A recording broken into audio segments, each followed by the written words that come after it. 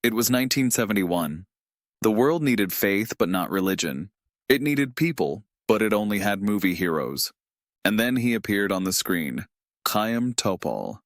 A man with a face you couldn't forget. In his eyes, you could see the entire history of his people, and in his voice, the exhaustion of someone who had seen more than he ever wanted to. He didn't look like a star. He wasn't American. He wasn't handsome in the classic sense. But when he started speaking, the whole room went quiet. Because no one had ever spoken that truthfully on screen before. Topol didn't play emotions. He remembered them. When, in Fiddler on the Roof, he raised his head to the sky and said, "Dear God, I know it's hard." It wasn't just a line from a script. It was the cry of a man genuinely trying to negotiate with fate. He played Tevye as if it was the role of his life. Because it was. Hollywood didn't believe in the miracle of authenticity. It was looking for modern faces, plastic emotions, heroes made for sequels, and he reminded everyone that cinema could be something else. In a time when everything was turning into a show, Topol brought something that felt like the calm after the last chord of a song. There was nothing fake about him. Every glance, every pause, every smile carried the weight of truth. He hadn't studied acting. He didn't know Stanislavski's method or the rules of American cinema. He had been a soldier, then a stage actor in army entertainment troops. He played for people coming back from the front. For those who had desert dust in their eyes and fear of tomorrow in their chests. He had seen real tears, not the ones you wipe away after cut. He had seen pain that didn't end when the camera stopped. That was his acting school. When he played in Salah Shabati in 1964, Israel fell in love with him. The film was a satire, but beneath the jokes you could see a portrait of a society in an identity crisis. Topol didn't play Salah. He understood him. He saw himself in him, and everyone who had tried to find a place in a world that didn't want to understand them. For that role, he received international recognition. For the first time, someone from Israel was nominated for a Golden Globe. For Topol, it wasn't a success. It was confirmation that simplicity has power. And then came Fiddler on the Roof, a role that was like a revelation. No other actor could have played Tevye the way he did, because no one else had that mix of tenderness, irony, and pain in their eyes. Tevye wasn't a musical character. He was every person trying to understand a world where change hurts more than poverty. Topol didn't need heavy makeup. Words were enough. The world was enchanted. Critics wrote about genius. Audiences cried, not knowing exactly why. Fiddler earned millions, won Oscars, and everyone knew his name. But for him, it wasn't a triumph. It was an ending. Because how do you top a role in which you've poured everything human you have? How do you go back to a world that, for the first and last time, was truly real? Hollywood didn't know what to do with him. He was too serious for comedy, too real for melodrama, too honest for the system. They sent him scripts, but none of them contained what he valued most: meaning. In the end, he stopped waiting. He went back to Israel, to theater, to his family, to a language he understood. On stage, he played Tevye thousands of times. In London, in New York, in Tel Aviv. Each time differently. Because every audience was different. Every evening had a different temperature, different light, a different breathing rhythm. He listened to people before he started acting, and that's why they trusted him more than anyone else. What came after Fiddler? He played in Flash Gordon, the scientist Dr. Zarkov. The world laughed that it was a come-down after the role of a lifetime. But again, he was authentic. In every line, even the silliest, you could still see a man who believed what he was saying. Topol didn't know how to phone it in. He gave everything. Always. As he got older, he didn't want to be a mentor or a master. He said, "I'm not an actor. I'm a man who sometimes acts." He didn't teach workshops, didn't write manuals. Instead, he kept returning to the stage. Because only there did he feel needed. Because the stage is not about fame. It's a conversation. He helped children with disabilities. He created foundations. He raised money. Not for PR. He simply knew that art without goodness is pointless. He never made noise about it. He preferred to act quietly. Just like he acted, simply, without fireworks. He died in Tel Aviv in 2023. Quietly, as if he didn't want to interrupt any performance. No grand farewell, no spectacle. What remained were photos, his voice, a few films, and one question. Why did such a great actor have only one great role? Maybe because he didn't need more. Maybe because he didn't act, he was. Today, when you watch Fiddler on the Roof, you don't see just a film. You see a human being. When Tevye sings, "If I Were a Rich Man," it's not about gold. It's a prayer for meaning. When he talks to God, you hear your own doubts. And when he goes silent, you know that it's not the end of a performance, but a moment when the world takes a breath again. Because Topol wasn't an actor of one role. He was a man who, with one role, reminded the world what it means to be human, to be real. And that's why, even if cinema has forgotten him, history never will. And before he ever played in Fiddler on the Roof, Tel Aviv in the 1950s was like a man who had just learned how to breathe. The city was being born in heat, dust, the pounding of hammers and the roar of trucks. The streets smelled of cement and coffee, and at night the sea crashed against the shore like against the walls of a brand new world. Israel itself was just being assembled, glued together from people who had come from different continents, speaking dozens of languages, but sharing the same silence. The silence of exhaustion. In that world grew a boy named Chaim Topol. He didn't come from a rich home. There were no musical parents, no talent in the genes. His father did physical work. His mother ran the household like thousands of other women who lived between the kitchen and the fear of tomorrow in an unstable Israel. Topol's childhood wasn't fairy tales. It was dust and heat. Games in the shadows of walls, laughter despite tiredness, conversations that always ended the same way. We have to keep going. That was normality in a country just learning that you could even think about living in peace. Chaim didn't dream of acting. He didn't know such a thing as a career existed.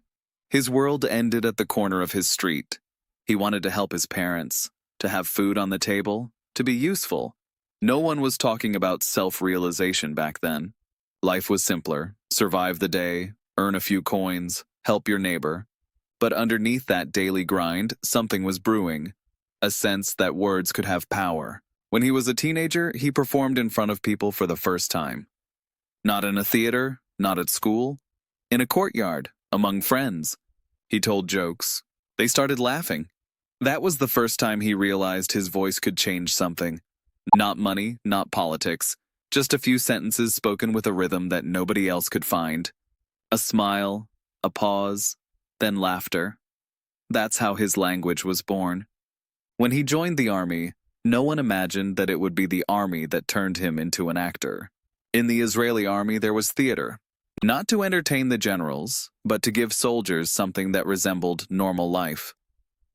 Young Topol ended up there by accident. He had energy, he had a voice, he could even make his commander laugh. People quickly noticed that he wasn't afraid of an audience. He could say simple things in a way that made them sound like revelations. He performed in army theaters all over the country. The stage was bare, sandy ground, the backdrop, a truck, the lighting, the sun. He played for people exhausted by war, for boys who had lost friends the day before. He knew they didn't want illusions, they wanted a breath. They wanted to forget for an hour that tomorrow they might die. And that's what Topol gave them. In that army theater, he learned the most important lesson. Truth doesn't need a script. He learned a second one too. The audience doesn't want to see winners. It wants to see a human being. That was his acting school, one no workshop can recreate. After the army, he didn't know what would come next, but the stage had already sunk its hooks into him. He couldn't return to ordinary life.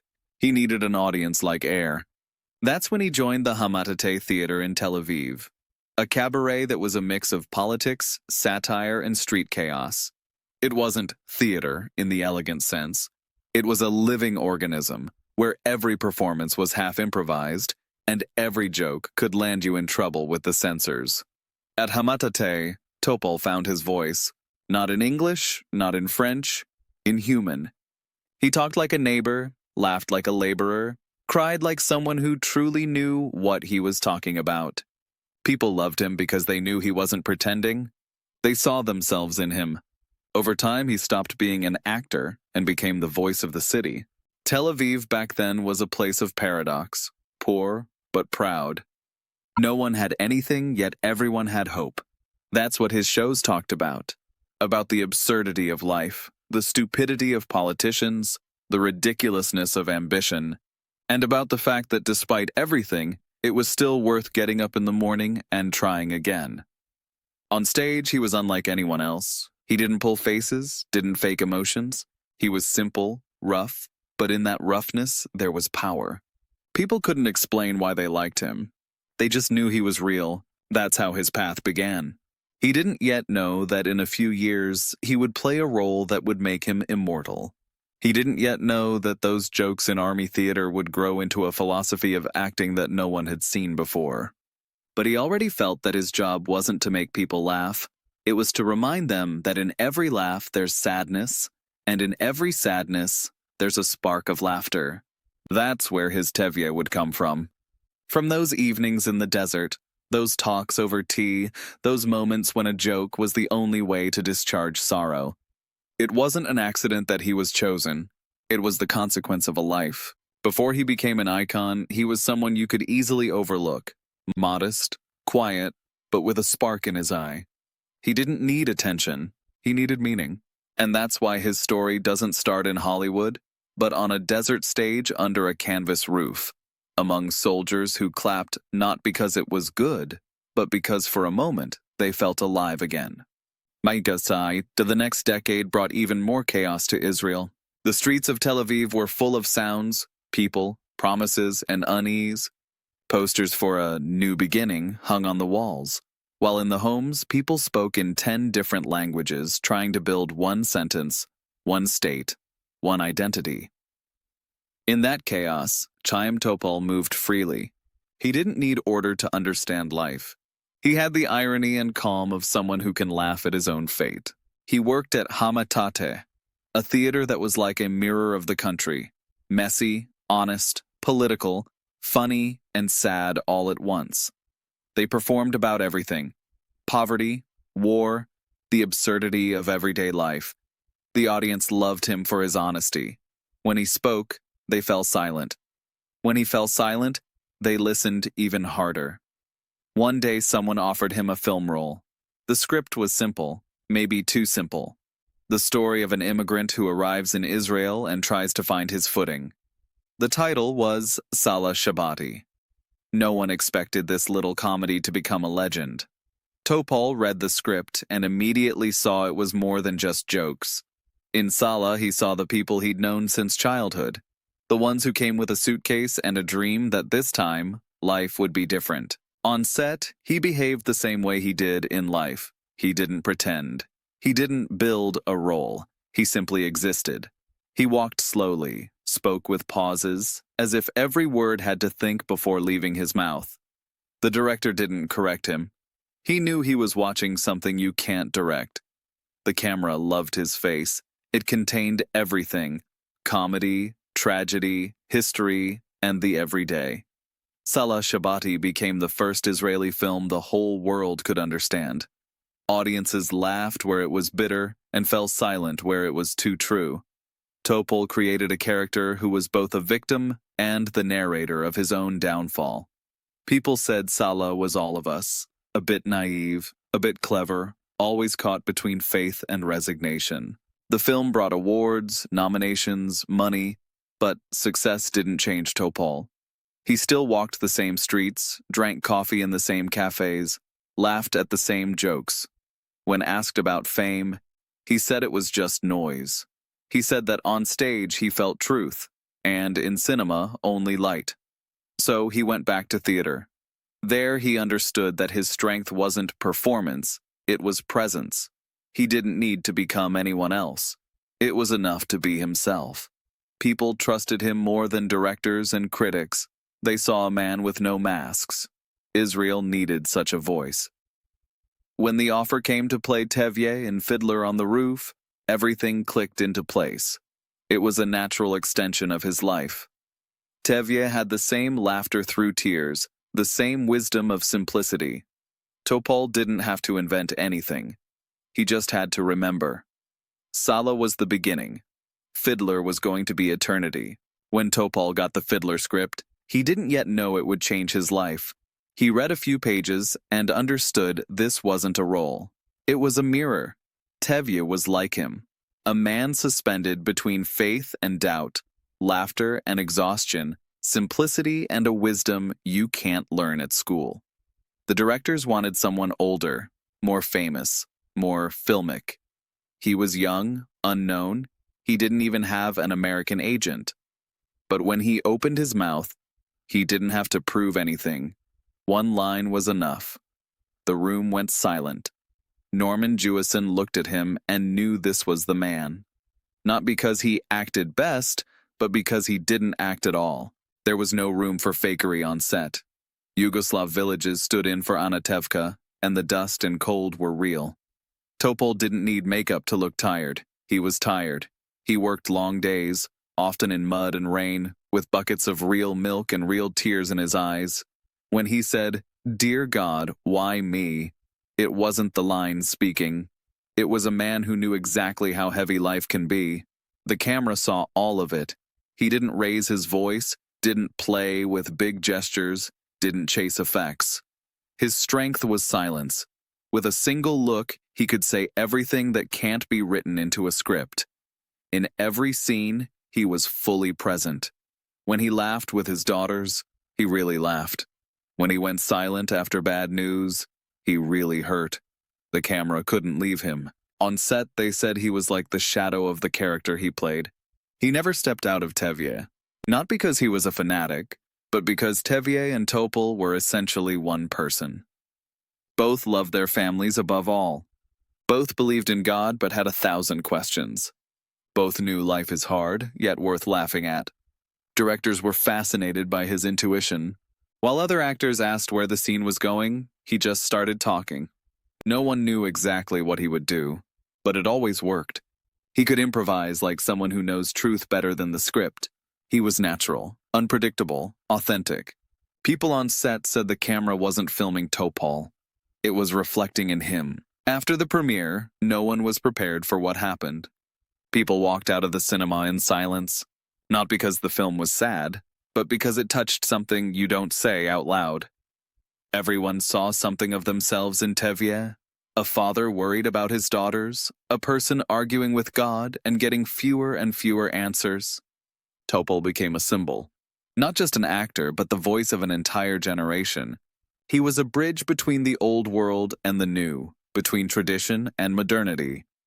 When he shouted tradition, he did it on behalf of millions of people afraid that the world was changing too fast. He was never a typical star. He didn't like red carpets, flashes, or empty interviews. When journalists asked about the Oscars, he said the greatest prize was that someone truly listened. In Hollywood, he was an outsider. He didn't understand their language, and they didn't understand his character. After the premiere, he left America. He wasn't chasing fame. He went back to the stage. In theater, he played Tevye again, but differently now. More human, less theatrical. Each time a little different. Sometimes sadder, sometimes funnier, but always true. Every performance was like a confession. The audience laughed, cried, clapped along to songs they all knew. He played Tevye for decades, 3,500 times, in London, New York, Tel Aviv. Always the same man, but with a different life. He said every audience had its own breath, that you have to listen to the room like a person, that the stage is not a place, it's a conversation. And maybe that's why his Tevye never grew old. Because it wasn't about the past, it was about the present, about how hard it is to be human when the world is racing forward and forgetting what really matters. When he looked at the sky, he wasn't acting, he was praying. When he laughed, he wasn't entertaining, he was disarming. When he went silent, he said more than all of Hollywood put together. That's when the world understood that not every actor needs 1,000 roles to be remembered. Some play one, but they play it so truthfully, it's enough for a century. After Fiddler premiered, the world wanted to claim him. Hollywood called, Europe wrote, Israel was proud. Critics called him the last classical actor in an era of gimmickry and artificiality. Topol didn't understand the hysteria. He said he simply did what was needed. He played a human being as he really is, with hope and fear in one glance. For others, it was a masterpiece. For him, a duty to truth. Agents offered millions. Historical films, roles of fathers, prophets, priests. Everyone wanted Topol. He stayed silent. He rejected script after script, not out of pride, because he knew you can't play the same life twice. In Hollywood, they said he was difficult. In Europe, that he was too serious. In Israel, that he didn't know how to sell himself. He answered that a man who has played Tevye doesn't need marketing. He didn't want to be a copy of himself, didn't want to become his own replica. He had seen other actors get devoured by their roles. He didn't want that. He preferred to be one person rather than 1,000 masks. He preferred silence to noise, theater to Hollywood. He went back on stage, played Tevye hundreds more times. Each performance was different. Sometimes he played him with anger, sometimes with gentleness, sometimes with exhaustion. The audience felt it wasn't routine. It was confession. They saw themselves in him. They watched him grow old together with the role, life, and theater blending into one. In London, the press wrote that he didn't act the part, he breathed it. In New York, audiences cried. In Tel Aviv, they laughed, because they knew he was telling the truth about them. Tevye was no longer a character. He had become a man surviving inside each of us. From time to time, he accepted other roles. In Flash Gordon, he played Dr. Zarkov. For the world, it was a joke. For him, an experiment. He wanted to see if you could still be real in a universe that was obviously fake. He could. He found a human being inside the absurd, meaning inside the ridiculous. When people asked why he didn't build a career, he said, "A career is a race for something I don't need." He didn't like glitter, didn't like promotion, couldn't stand lying. He felt truth was becoming a product and he didn't want to be sold. So he stepped away from film. He began to live more quietly. He ran a foundation for children with disabilities. He showed that theater can heal, that emotions are a language beyond translation. He didn't talk about it in the media. He did it in silence, as if he were shy about doing good. Sometimes he talked about the Fiddler set. He said it had felt like a recurring dream, that he had never before or after been so close to truth. As the years passed, the world forgot his name. Cinema moved on. New faces, new sounds, new universes. But when Fiddler on the Roof came back to the screen, people said, "That's him." And in that single him, there was everything. The memory of someone you simply cannot duplicate. Topol could never quite live without an audience. He said the silence after a performance hurts more than aching muscles after a long day's work. In theater, he could breathe. In theater, he was himself again. The stage was his home. The light, his conversation with God. When the cameras stopped, he returned to where it had all begun. To small halls, to the smell of dust, to people who didn't clap out of politeness, but out of gratitude. In theater, he had no understudy. Every evening was different. He didn't act, he lived. Sometimes he started saying the lines differently than written. Sometimes he stayed silent longer than he should. Nobody complained. The audience knew they were part of something unrepeatable. In his silences, there was more content than in hundreds of lines delivered by other actors. He never needed to be a guru. He didn't teach, didn't give advice. He said the only acting school is life, and that if a person can listen, they're already an artist. For him, theater wasn't a performance, but a conversation. He acted to talk, not with the audience, with the person in front of him. Every performance ended the same way, with silence.